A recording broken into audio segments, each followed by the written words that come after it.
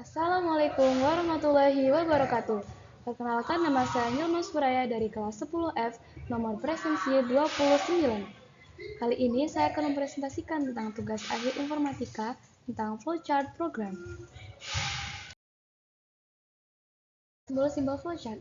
Yang pertama ada proses dengan bentuk persegi panjang. Yang kedua ada konektor dengan bentuk lingkaran. Yang ketiga ada terminator dengan bentuk oval.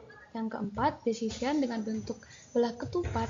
Yang kelima data atau input dengan bentuk jajar genjang. Yang keenam flow atau panah. Yang ketujuh ada off-page connector. Yang kedelapan ada on-page connector. Pertama, yaitu seorang arsitek sedang merancang sebuah gedung berbentuk tabung. Untuk memperkirakan kebutuhan material, ia ingin membuat program sederhana yang dapat menghitung volume tabung berdasarkan ukuran jari-jari dan tinggi tabung.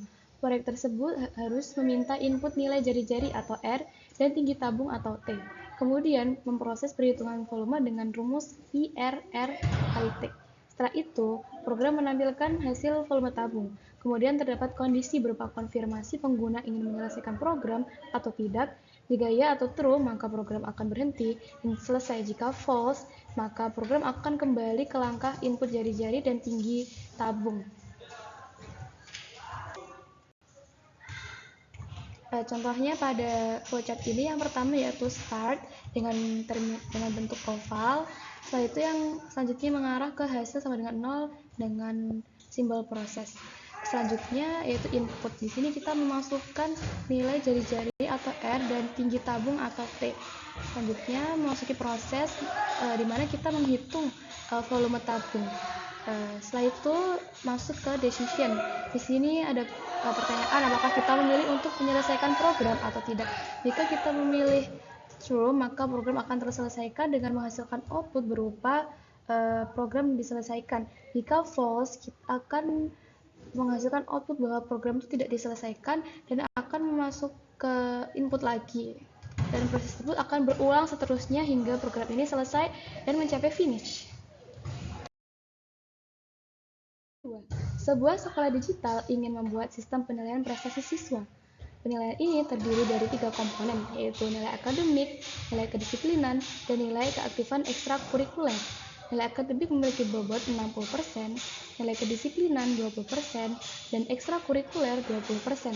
Setelah nilai akhir dihitung, sistem harus menentukan predikat siswa dengan ketentuan. Jika nilai akhir 90 ke atas akan mendapat predikat sangat baik. Jika nilainya antara 75 sampai 89 mendapat predikat baik. Jika nilainya antara 60 sampai 74 mendapat predikat cukup. Dan jika kurang dari 60 mendapat predikat kurang. Flowchartnya adalah sebagai berikut. Yang pertama adalah start. Selanjutnya memasukkan bahwa hasil sama dengan 0.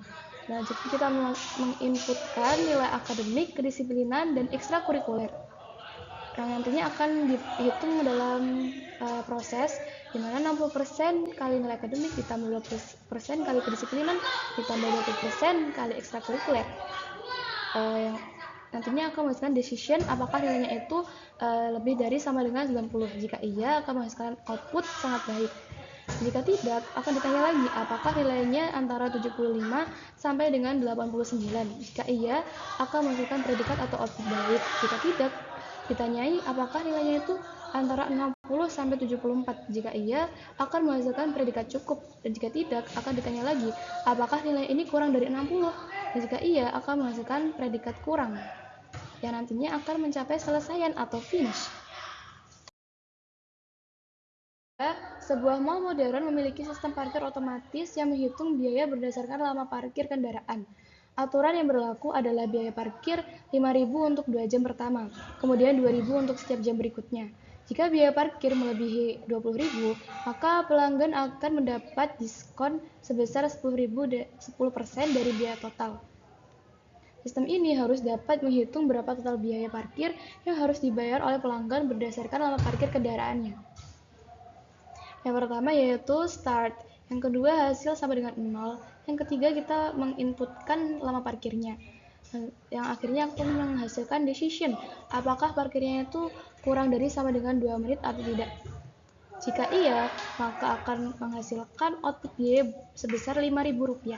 Dan jika tidak, akan masuk ke proses penghitungan, yaitu biaya sama dengan Rp50.000 ditambah lama parkir dikali 2 dikali 2.000, yang menghasilkan decision apakah biaya ini lebih dari Rp20.000 atau tidak. Jika tidak, maka akan menghasilkan output berupa biaya normal.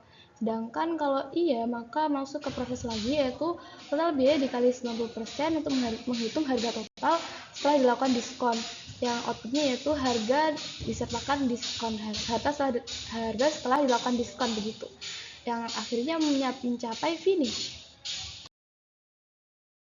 Itu saja yang dapat saya sampaikan. Terima kasih atas perhatiannya. Mohon maaf apabila ada salah kata. Wassalamualaikum warahmatullahi wabarakatuh.